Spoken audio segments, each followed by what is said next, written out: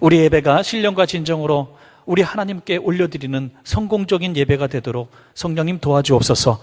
예배하면서 또한 이모저모로 많은 분들이 헌신하고 주님 앞에 올려드립니다. 하나님, 그런 가운데 또 물질로도 하나님 앞에 드렸습니다. 우리 정말 생명처럼 귀하게 물질을 여기고 있지만 이 물질을 주님 사랑하는 마음으로 감사함의 증거로 드렸사오니 우리 하나님께서 기쁘게 받아주시고 저희들에게 약속하신 대로 30배, 60배, 100배로 갚아주심으로 말미암아 한평생 살면서 물질 때문에 시험 들거나 고통받지 말게 하시고 오히려 선한 일에 힘쓸 수 있도록 복을 내려 주옵소서. 오늘 시간에 참으로 부족하고 무능한 종 섰습니다. 죄악된 모습 가지고 섰습니다. 주님께서 너무나 잘 아시오니 오늘도 십자가 뒤에 감추어 주시고 보혈로 덮어주시고 우리 하나님께서 우리 성도님들에게 꼭 전해지기를 기뻐하시는 그 말씀을 세미한 음성으로 들려주시고 우리 성도님들은 그 말씀 깨달아서 삶의 변화와 또 하나님 기뻐하시는 삶이 될 수 있도록 주님 인도하여 주옵소서. 모든 영광 하나님께 올려드리며 예수님의 이름으로 기도하옵나이다. 아멘.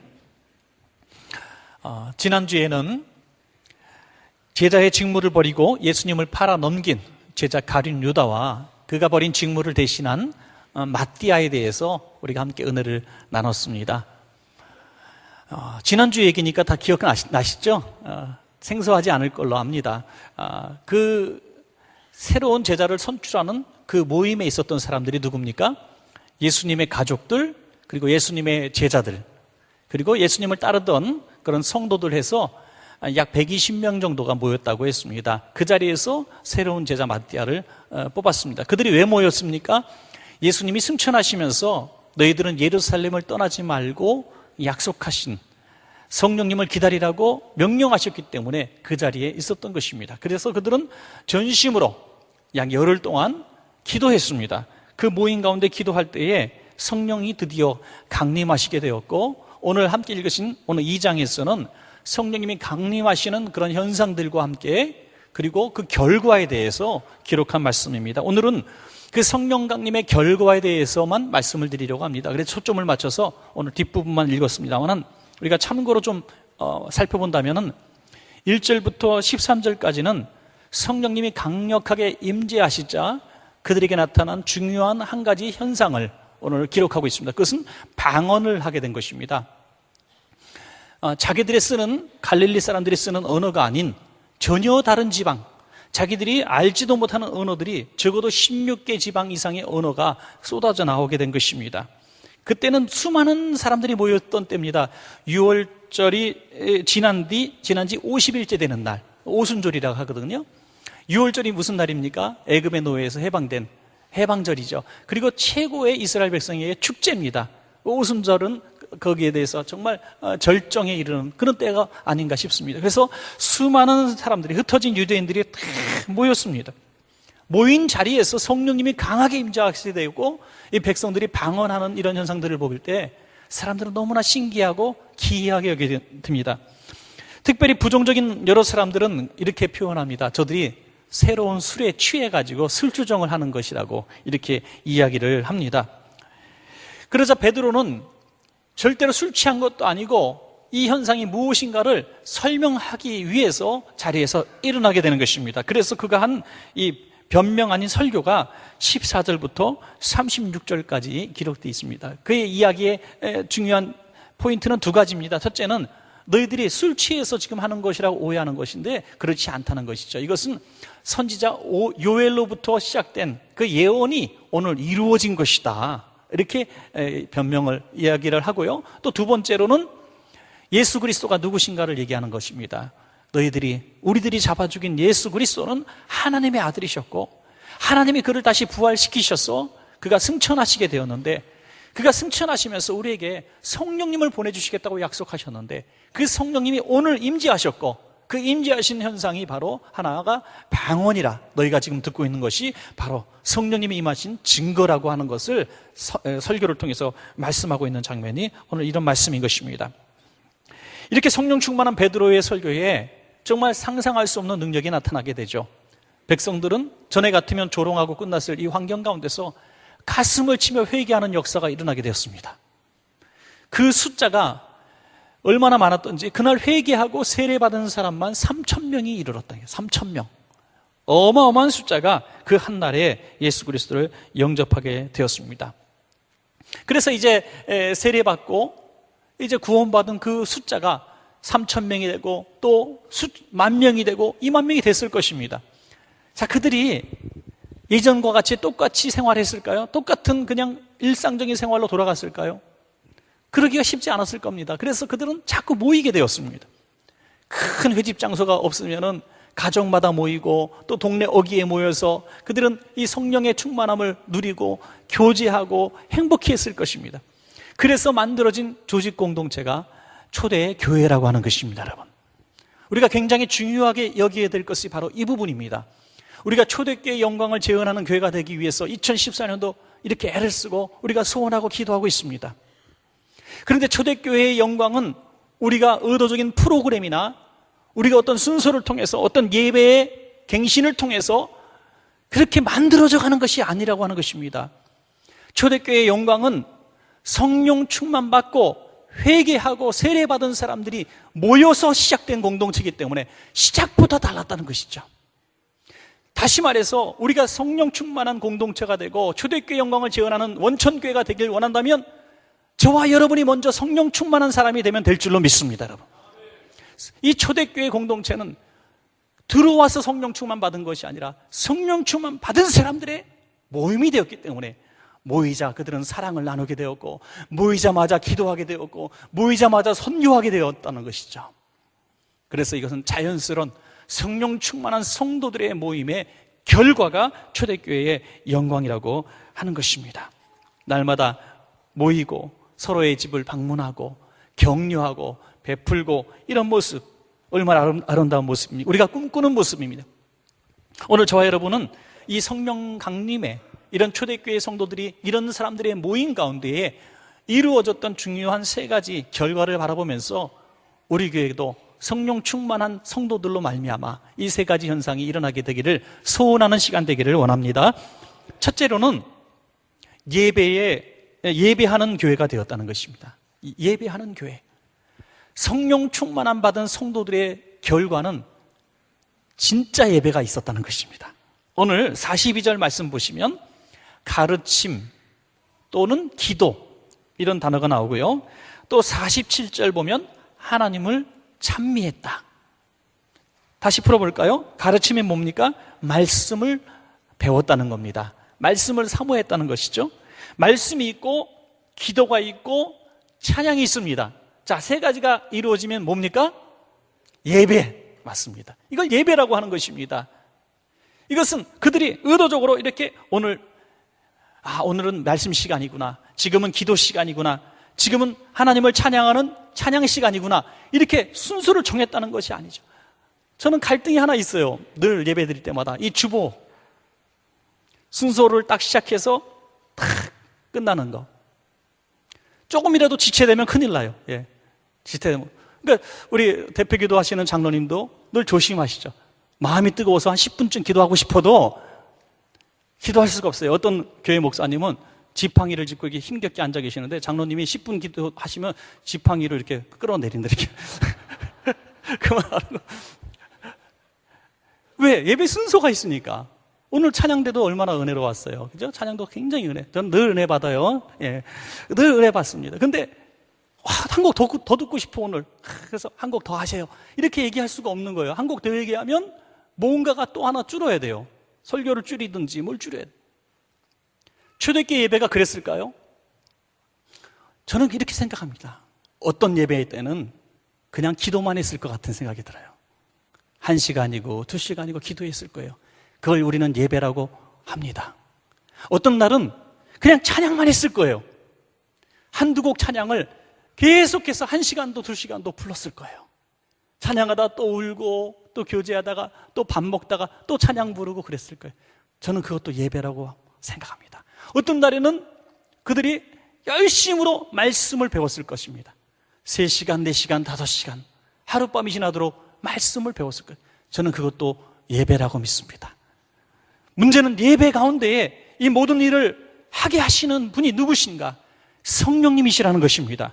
우리가 의도적으로 이렇게 순서를 만들고 저렇게 순서를 만드는 것이 아니라 성령님이 강하게 역사하시사 일어난 세 가지 현상이 바로 예배가 되었다는 것입니다. 특별히 먼저 이 말씀을 한번 생각해 보겠습니다. 성경 말씀, 하나님의 말씀을 배우는 것은 성령 충만 받은 사람이 당연히 해야 될 의무인 것을 믿으시기 바랍니다. 어떤 분은 성경은 덮어놓고 믿으면 돼, 아멘 하면 돼 그러는데 성경은 펼쳐놓고 믿으셔야 됩니다. 펼쳐놓고 믿으셔야 돼요. 진실로 그러한가 공부하셔야 됩니다. 믿습니까? 예, 너무 은사적인 면에서만 우리가 사모하고 불로불로 뜨겁게 박수치고 막 찬양하고 이것도 좋지만은 그것으로만 끝나서는 큰일 나는 교회가 됩니다. 이 말씀의 깊이를 우리가 성령님이 이끄시는 대로 따라가요. 왜? 이 말씀 자체를 성령님이 우리에게 기록하게 하셨고 또 우리가 보게 하셨고 깨닫게 하시기 때문에 성령님의 능력이기 때문에 말씀을 배울 때 성령님 우리와 함께 하시는 줄로 믿으시기 바랍니다. 어떤 분을 만나면 흔들리지 않는 분이 있어요. 특별히 신앙이 3대, 4대, 5대 이렇게 막 되신 분들은요, 누가 함부로 할 수 없는 뭔가가 있어요. 그건 뭡니까? 별로 뜨겁지도 않은 것 같아요. 열심히인 것 같지도 않아요. 그런데 그 뿌리가 있더라고요. 그 신앙의 뿌리. 이거 비바람에 흔들리지 않는 축복입니다, 여러분. 여러분 자녀들에게 꼭 이 믿음의 유산 남겨주시기를 축복합니다. 흔들리지 않아요. 불러불러 막 안 해도 굉장히 그 깊이가 있더라고요. 아침에 5분, 3분 큐티하고 하루를 시작하는 분들이 많습니다. 이런 분들 뭐 별로 뜨거운 것 같지 않고 뭐가 대단한 믿음 있는 사람 같이 보이지 않아도 하루 3분, 5분 큐티하는 분들은 달라요. 흔들리지 않습니다. 견고합니다. 왜? 말씀은 성령님이시기 때문입니다.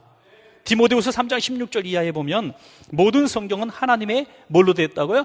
감동으로, 하나님의 영으로 되었습니다. 교훈과 책망과 바르게 함과 의로 교육하기에 유익하니 이는 하나님의 사람으로 온전하게 하며 모든 선한 일을 행한 능력을 갖추게 하려 함이라.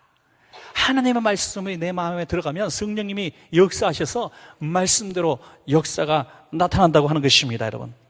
또한 초대교회의 예배 가운데 기도는 우리가 생각하는 그런 기도의 수준을 넘는 정말 능력 있는 기도였습니다. 42절 후반절 보니까 오로지 기도하기를 힘쓰니라.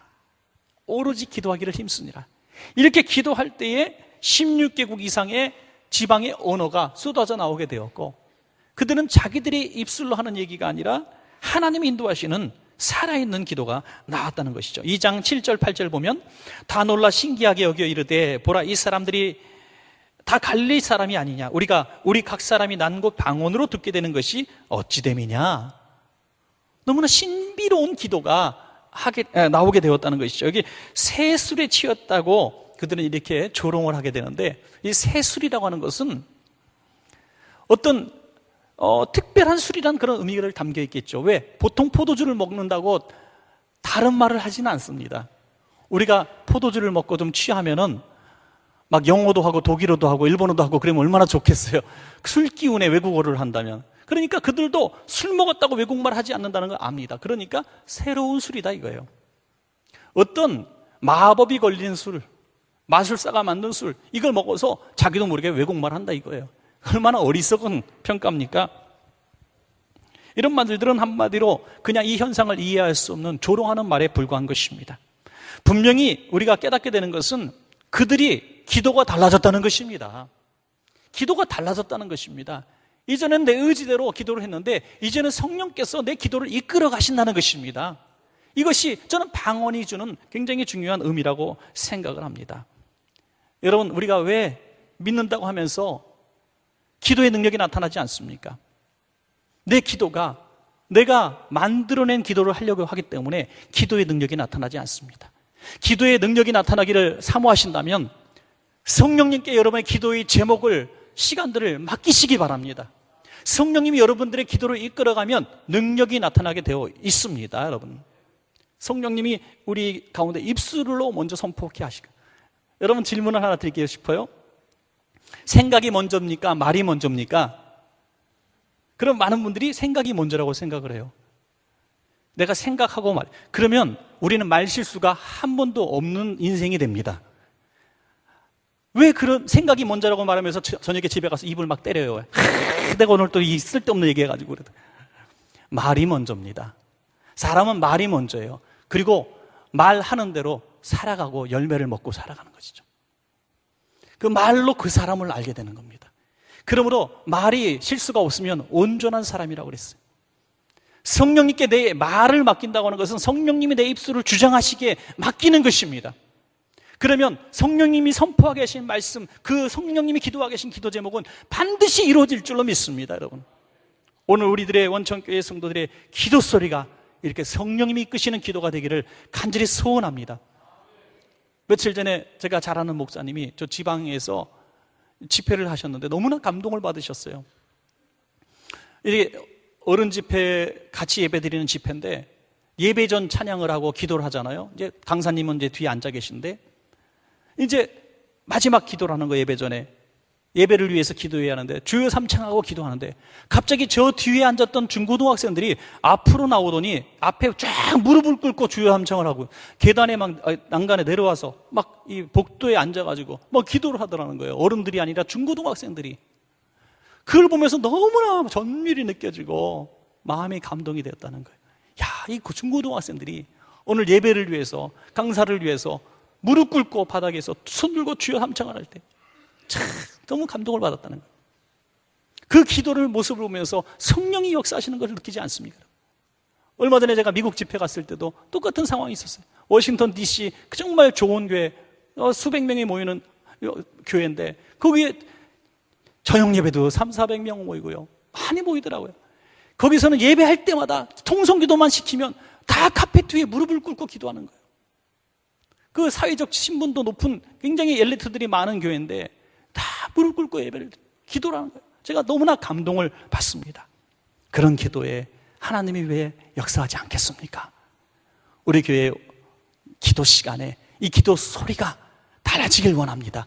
저는 내가 의도적으로 이런 말을 해야지, 저런 기도를 해야지 했는데 이제 성령께서 내 입술을 확 주장해 주셔서 내가 하는 기도가 아니라 성령님이 내 입술을 주장하시고 그 선포된 대로 내 삶을 이끌어 가시는 그런 능력 있는 기도가 나오기를 원합니다.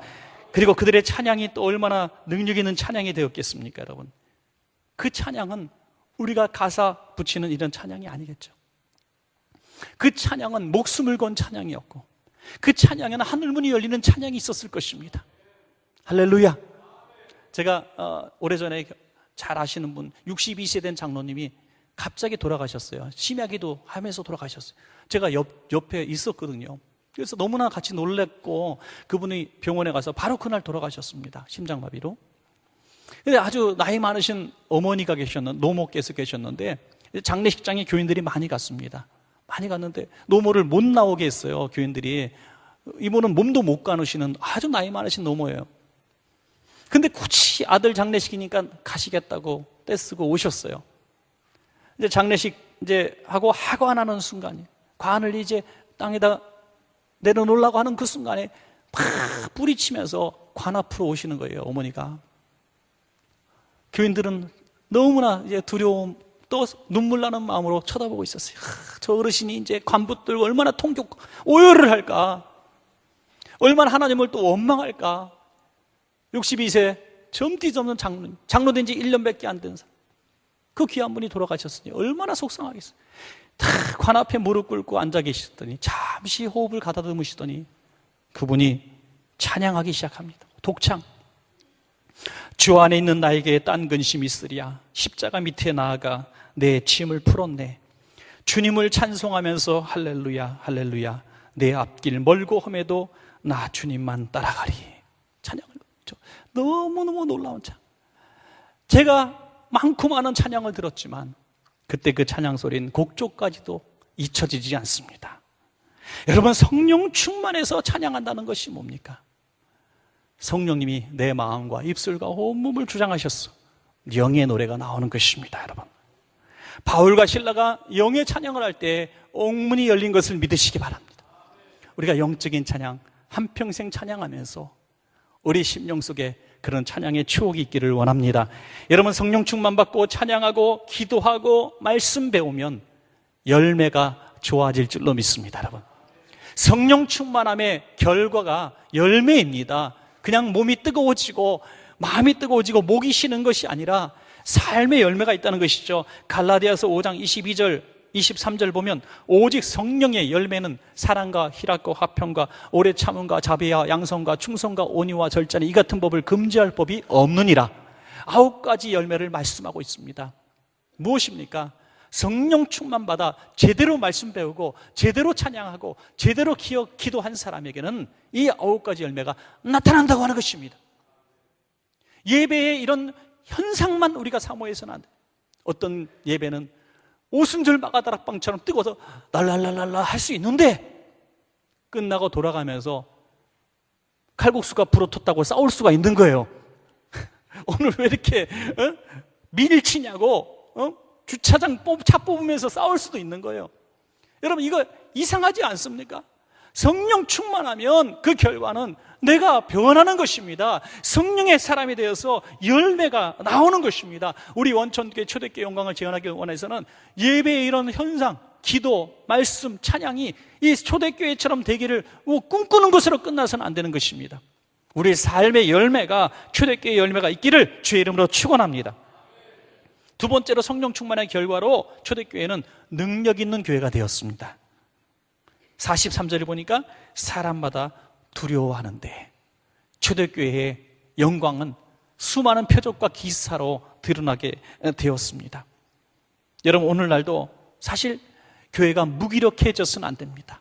교회에는 하나님의 역사하심, 죽은 자가 살아나고 병든 자가 고침을 받고 마음이 상한 자가 위로받고 각종 정신적 질환에서 노임받는 과거의 그 끔찍한 올무와 족쇄에서 해방되어지고 새로운 사람이 되는 이런 역사가 일어나야 될 줄로 믿습니다.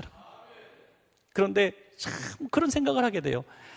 초대교회처럼 우리 교회도 막 그런 기적이 막 일어나서 사람들이 병 고침 받기 위해서 수백 명, 수천 명, 수만 명이 몰려들면 얼마나 좋을까 하는 생각이 잠깐씩 들 때가 있습니다. 그러나 이적을 위한 이적, 부흥을 위한 이적을 꿈꾸는 것은 참으로 어리석은 일이에요. 예수님이 수많은 병자들을 고치셨지만 예수님이 뭘 받기 위해서 고치신 적이 없어요. 그를 고쳐서 어떤 교회의 부흥을 이루기 위해서 병자를 치료하시지 않았어요. 예수님이 수많은 표적과 기사를 행하신 이유는 하나밖에 없으셔요. 불쌍히 여기는 마음이에요. 불쌍히 여기는 마음. 우리 원천교회에 오는 수많은 불쌍한 영혼들, 상한 마음, 어디 가서도 고침받을 수 없는 병든 육체, 정말 어디서도 풀 수 없고 해결받을 수 없는 그런 육체적 질병들, 삶의 꽉 막힌 환경들, 이런 것들을 교회에 와서 우리 서로 불쌍히 여기는 마음으로 기도하면은 하나님이 기적을 베풀어 주실 줄로 저는 믿습니다. 이것이 능력입니다. 이것이 능력이에요. 오늘 말씀 전하면서 저도 참 회개하는 마음이에요. 성도님들을 위해서 기도할 때 저는 기적과 표적을 달라고 이렇게 기도하고 싶지는 않습니다. 그러나 제가 하나님 앞에 가진 소원은, 하나님 불쌍히 여기는 마음을 주십시오. 불쌍히 여기는 마음. 제가 불쌍히 여기는 마음으로 기도하면 그 순간 하나님은 기적을 주실 줄로 저는 확실히 믿습니다. 여러분, 단지 제가 그런 준비되지 않은 마음으로 병자를 고치는 능력을, 신비한 능력과 기사를 하나님은 막 쏟아부어 주셔서 제가 막 능력을 행한다고 합시다. 그러면은 교회는 부흥되고 수많은 좋은 소문이 날지 모르겠지만 그것은 성령님의 기뻐하시는 부흥은 아니라고 저는 생각을 합니다. 오늘 저와 여러분이 하나님께 표적과 기사를 구하되 우리가 불쌍히 여기는 마음, 정말 그분에게 그런 기적과 이사가 없으면 안 되기 때문에 우리가 그런 기적과 이사를 기억하고 기도해야 될 줄로 믿습니다. 성령의 역사가 일어나니 사도행전 5장 12절부터 16절까지 이런 말씀이 있습니다. 사도들의 손을 통하여 민간의 표적과 기사가 많이 일어나매 믿는 사람이 다 마음을 같이하여 솔로몬 행각에 모이고 그 나머지는 감히 그들과 상종하는 사람이 없으나 백성이 칭송하더라. 믿고 죽게로 나오는 자가 더 많으니 남녀의 큰 무리더라. 심지어 병든 사람을 메고 거리에 나가 침대와 요 위에 누이고 베드로가 지날 때에 혹 그의 그림자라도 누구에게 덮일까 바라고 예루살렘 부근에 수많은 사람들도 모여 병든 사람과 더러운 귀신에게 괴로움 받는 사람을 데리고 와서 다 나음을 얻으니라. 아멘. 아멘. 그래서 그런 생각이 가끔씩 들 때가 있습니다. 한 아픈 사람, 문제가 많은 사람, 정말 근심이 많은 사람을 놓고 구역이 기도하고 기관이 기도하고 오늘 주일 대예배 이런 예배 시간에도 정말 그 병자들을 위해서 기도 제목을 쫙 스크린에 띄우고 두 손 들고 눈물을 흘리면서 우리가 기도하면은 우리는 그런 기적이 일어나는 초대교회가 될 줄로 저는 믿습니다. 육신의 병만이 아니라 심령의 병에서도 노임받을 줄로 믿습니다. 그럴 때 교회를 누가 함부로 하겠습니까? 교회에는 뭔가 신비로운 역사와 기적이 일어나는 세상이 두려워하는 교회가 될 줄로 믿습니다. 마지막 세 번째는 성령 충만한 교회가 되니 그들은 사랑을 나누는 교회가 된 줄로 믿습니다. 여러분, 사랑은 주는 것인 줄로 믿습니다. 주는 게 사랑이죠. 받는 게 사랑이 아니라 주는 게 사랑입니다. 어떤 신문 만평을 봤는데 아주 재밌는 만평을 봤습니다. 이제 급류에 사람이 막 떠내려가는데 한 사람이 바위 위에서 이렇게 바라보고 있습니다. 너무 안타까운 표정으로 어떻게 하면서 바라보고 있어요. 그리고 밑에 뭐라고 써 있냐면 좋은 생각을 하는 나쁜 사람 좋은 생각을 하는 나쁜 사람. 물에 떠내려가는 사람을 보면서 안타까워하는 마음은 좋은 생각인데 도와주지 않으니 나쁜 사람이 된 것이죠. 여러분, 우리는 교회 안에서 얼마나 많은 사람들이 좋은 생각만 하는 나쁜 사람들이 많은지 몰라요. 어떻게 이 나라 민족 어떻게, 저 불쌍한 애들 어떻게, 저 청소년들, 이 대한민국의 미래에 정말 괴로워하는 이 청소년들 어떻게, 이 동네에 가난하고 굶어 죽어가는 이 사람들 어떻게, 치료비 없어서 죽어가는 이 사람들 어떻게, 저 구원받지 못해서 죽어가는 저 영혼들 어떻게 하면서 눈물을 흘리고 슬퍼하고 근심하는데 요 안에서만, 예배 공간에서만 우리는 마음만 아파하는 거죠. 그게 좋은 생각하는 나쁜 사람 아니고 무엇이겠습니까? 우리는 성령 충만함을 받으면 좋은 생각만이 아니라 좋은 나눔도 있어야 될 줄로 믿습니다. 나눔, 베풀미죠. 베풀미예요. 우리가 선행과 구제를 통해서 교회됨을 증명할 필요는 없습니다. 그건 사회기관이 다 하는 겁니다. 착한 사람은, 예수 안 믿는 사람도 뭐 수천억씩 내놓고 구제하더라고요. 구제가 성령 충만의 증거는 아닙니다. 하지만 성령 충만 받은 사람은 사랑을 나눕니다. 베풉니다, 여러분. 그들은 먼저 마음을 나눴죠. 마음을 나누는 것이 소통입니다. 46절 보니까 날마다 마음을 같이하여, 빌립보서 2장 2절에 보니까 마음을 같이하여 같은 사랑을 가지고 뜻을 합하며 한 마음을 품어. 그래서 이 마음이, 같은 마음이 뭐냐 이거죠. 교회 안에 성도들이 같은 마음을 갖는데 이 마음이 뭐냐? 빌립보서 2장 5절에 너희 안에 이 마음을 품으라. 곧 그리스도 예수의 마음이니. 성령 충만함 받으면, 성령 충만함 받았다고 하는 사람과 마음이 하나가 됩니다. 왜? 저분도 예수님의 마음을 가졌고 나도 예수님의 마음을 가졌기 때문에 한 마음이 되는 줄로 믿습니다. 왜 교회가 반목하고 패를 나누고 다투고 싸웁니까? 왜 여기서 예배드리고 저기서 예배드립니까? 다 하나님께 예배한다고 하는데 예수님의 마음을 갖지 않았기 때문이에요. 예수님은 나누는 영이 아니라 하나 되게 하시는 영입니다. 우리 원천교회 성도님들, 어떤 분은 많이 배운 사람이 있고요, 어떤 사람은 정말 불행한 가정 환경 가운데서 학비도 없어서 중학교도 못 나오신 분도 있어요. 그러나 예수님 안에서 우리는 한 마음이 될 수가 있는 것입니다. 나이 많으신 80, 90대는 어르신과 철부지 10대도 예수 안에서 같은 마음을 가질 수가 있는 것입니다. 그것이 바로 하나 되게 하시는 성령님의 역사인 것입니다. 여러분, 우리 교회에 이렇게 하나됨의 역사가 일어나기를 원합니다. 또한 그들은 마음만 나눈 것이 아니라 음식도 나누었습니다. 당시에는 먹고 사는 게 굉장히 어려운 때였습니다. 그래서 교회 가면 늘 먹을 것이 있었습니다. 여러분, 우리 원천교회도 초대교회 개척교회 시절에 한 30여 년 전에 얼마나 가난했습니까? 그래서 학생 청년들이 굉장히 많이 왔어요. 교회 학교 갔다가 교회에 들러서 말로는 기도한다고 왔는데 기도는 2분 정도 하고 국수 달라고 떼쓰고 그랬어요. 주방에 가서. 그러면 우리 권사님들이 또 국수를 또 끓여주시고 해요. 이름은 밝힐 수 없지만 우리 원천교회 모 현재 전도사님이 계신데 이분은 그 국수 7그릇을 드시고 권사님한테 돼지게 혼난 추억을 아직도 갖고 계세요. 먹을 게 없으니까, 부족하니까 교회 가서 밥을 먹을 수 있었던 거예요. 늘 교회에 먹을 게 있어야 되는 거예요. 자, 그래서 우리 교회에 오면 늘 먹을 게 있으면 좋겠어요. 늘. 예. 그래서 여러분들 좋은 일이 있을 때 우리 교회 식당에 여러분 식사 여러분들 이렇게 후원해 주시면 식사를 전 교인들이 같이 나누잖아요. 기쁜 일이 있을 때 이렇게 많이 베푸시기 바랍니다. 좋은 일이 있을 때. 그리고 여러분들 많이 같이 드시기 바라요. 그렇게 같이 먹으면서 교제를 나누게 되는 것이죠.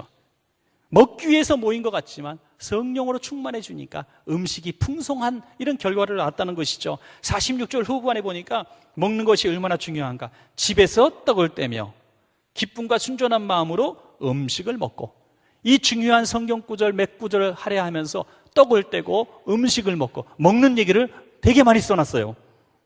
여러분, 먹는 게 이렇게 중요합니다. 우리 원천교회 늘 먹을 게 풍성했으면 좋겠어요. 그래서 늘 정말 굶는 사람 물론 우리 원천교회는 참 없을 줄로 압니다만은 정말 이 물질로, 음식으로 같이 나누는 교회가 되면 건강한 교회가 될 줄로 믿습니다. 또한 2장 44절부터 45절까지 보니까 이제는 조금 더 발전하여 물질을 나누는 모습이 나옵니다. 믿는 사람이 다 함께 있어 모든 물건을 서로 통용하고, 또 재산과 소유를 팔아 각 사람의 필요를 따라 나눠주며, 이제는 물건을 같이 쓰는 정도가 아니라 나중에는 자기 집을 팔고 밭을 팔아서 갖다 드리면 이걸 가지고 구제했다는 겁니다. 이 상황을 이해하기 위하면 당시에 얼마나 가난한 사람이 많았는가를 보면 됩니다. 역사가는 말하기를 90% 이상이 그날 일해야 먹고 사는 일용직 사람들이라고 얘기합니다. 포도원의 비유처럼 아침에 가서 일을 해야 저녁에 빵을 사갖고 들어가는 그런 가난한 사람들이죠. 은혜를 받으니까, 성령으로 충만해지니까 성도들이 다 가족 같은 거예요. 가족 같은데 나는 먹는데 걱정이 없어요. 그런데 저 성도님들 보니까 10명 중에 9명이 오늘 먹거리를 걱정하고 있거든요. 너무 그게 마음이 아팠던 거예요. 자기가 할 수 있는 일이 뭡니까?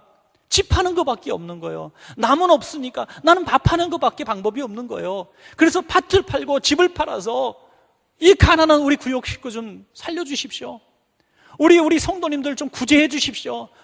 저 홀로된 여인들을 좀 책임져 주십시오 하면서 자기 재산을 교회 옆에 기증한 거예요. 그래서 그걸 가지고 교인들에게 나눠주고 베풀고 그랬더니 기적이 일어납니다. 사도행전 4장 34절 이하에 보니까 그 중에 가난한 사람이 없으니 이는 밭과 집 있는 자는 팔아 그 판 것을 값을 가져다가 사도들의 발 앞에 두매 그들이 각 사람의 필요를 따라 나누어 줍니다. 참 저는 우리 원천교회 성도님들이 그런 분들이 많은 것을 보게 됩니다. 얼마 전에도 한 성도님이 400만 원을 갖고 오셨어요. 그리고 아무개 너무 어려워서 지금 집안이 너무 힘든데 남들은 모르는데 그 애 학비가 지금 못 내고 있는 걸 제가 들었다고 몰래 목사님이 좀 전해달라고 그래서 제가 그 아이 부르고 그 학비를 살짝 전해줬습니다. 누군지 절대 얘기하지 않고. 그런 모습이 얼마나 저는 감동이 있는지 알 수 없어요. 너무나 감사해요. 정말 그분에게도 그 돈이 얼마나 소중한 돈이겠어요, 여러분. 여러분, 이것은 억지로 되는 일이 아니에요. 돈이 많다고 되는 일이 아니에요. 성령이 그 안에 강하게 역사하시니까 나누지 않고는 견딜 수 없는 마음을 주시는 겁니다, 여러분. 베푸는 마음을 주시는 거예요. 여러분, 우리 원천교회 성령 충만한 교회인 줄로 믿습니다, 여러분. 성령 충만한 교회에는 이런 베풀림이 너무나 자연스럽다고 하는 거예요. 너무나 자연스러워. 정말 어려운 사람이 많아요. 지금도 정말 힘든 사람이 많아요. 우리 교회 안에서도 많고 교회 밖에도 너무나 많아요.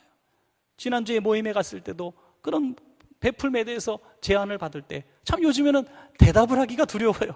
교회도 여러분 아시다시피 이제 건축하고 뭐 재정이 좀 어렵습니다. 그러니까 자신감이 없지만 그러는 가운데서도 여러분들이 성탄절 헌금을 정말 풍성하게 해주셔서 여기도 저기도 많이 하고 있습니다만은 여러분 성령 충만한 성도님들이 저는 부자가 됐으면 좋겠어요.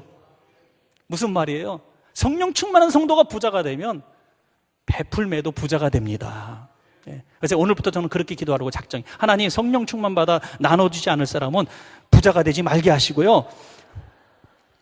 성령 충만해가지고 막 나눠주고 싶은 사람, 사랑이 막 넘쳐서 막 베풀고 구제해주고 싶은 사람에게만 부자가 되게 해 주옵소서.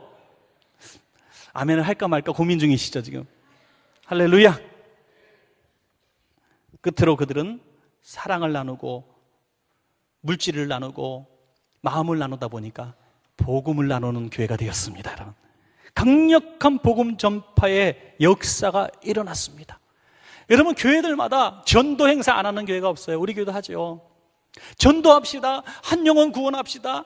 막 3명, 5명, 7명 하면 뭐 상금도 주고 상품도 주고 뭐 그런 일을 한다고 해서 전도되는 게 아닙니다. 성령 충만 받아서 내가 변화되어지면, 내가 감사하고 은혜를 받게 되면 전하지 않을 수가 없는 거예요. 내가 교회의 일원이 되고 내가 교회의 가족이 되고 날마다 교회를 생각하게 되면 교회 이야기를 안 할 수가 없게 되는 거예요. 입만 열면 교회 얘기를 하게 되어 있는 거예요. 할렐루야. 입만 열면 교회 칭찬, 또 성도님들 자랑, 또 우리 내 성령 받은 이야기들을 하게 됩니다. 그러면 야, 그렇게 좋은 교회가 있어? 하면서 나도 좀 데려가다오. 이렇게 해서 모여진 교회가 초대교회인 것입니다. 초대교회가 총동원주의를 했습니까? 초대교회가 태신자 운동을 했습니까, 여러분? 주께서 날마다 구원받는 사람을 더하게 하시니라. 성령 충만한 사람들이 가는 곳에서 부흥의 역사가 일어난 줄로 믿습니다. 여러분, 우리 교회의 부흥은 바로 성령 충만한 성도님들을 통해서 일어날 줄로 믿습니다. 여러분, 말씀을 맺겠습니다. 성령 충만한 초대교회가 보여줬던 자연스러운 현상 3가지를 말씀을 드렸습니다. 그것은 예배였습니다. 그들 예배 가운데 말씀과 기도와 찬양 가운데 성령님이 주도적으로 역사하셨습니다. 그들은 능력 있는 교회였습니다. 기적과 표적이 일어났습니다. 그러나 부흥을 위한 기적과 표적이 아니었습니다. 능력을 자랑하기 위함도 아니었습니다. 그들 예배 가운데 저는 자들, 보지 못하는 자들, 마음이 상한 자들이 교회 안에 있으니 사도들이 너무나 불쌍해서 불쌍히 여기는 마음으로 안수할 때 기적이 일어난 것입니다. 또한 그들에게는 사랑이 있었습니다. 마음을 나누고 음식을 나누고 물질을 나누고 복음을 나눴습니다. 이 모든 초대교회의 영광이라고 하는 것입니다. 이것은 만들려고 만든 것이 아니라, 구호 외쳤다고 만들어진 것이 아니라 성령 충만받은 성도들의 모임 가운데 자연스러운 결과였습니다. 우리 원천교회가 바로 성령 충만한 여러분을 통해서, 저와 여러분을 통해서 이런 결과가 있기를 예수님의 이름으로 간절히 축원합니다. 우리 한번 한 음성으로 기도하겠습니다. 하나님, 우리 원천교회가 초대교회의 영광을 재현하는 교회가 되기를 원합니다. 프로그램이나 의도적인 행사나 외침을 통해서 되는 것이 아니라 바로 우리가 성령으로 충만하게 되면 초대교회처럼 자연스럽게 이런 결과가 우리 교회에도 나타날 줄로 믿습니다. 나로부터 성령의 충만함을 주옵소서. 성령 충만한 말씀과 기도, 찬양, 기사와 표적, 나눔이 있게 하여 주옵소서. 우리 한 음성으로 기도하겠습니다. 은혜와 자비가 풍성하신 아버지 하나님, 감사합니다. 오늘 우리 가운데에 오순절 마가다락방의 역사가 있기를 원합니다.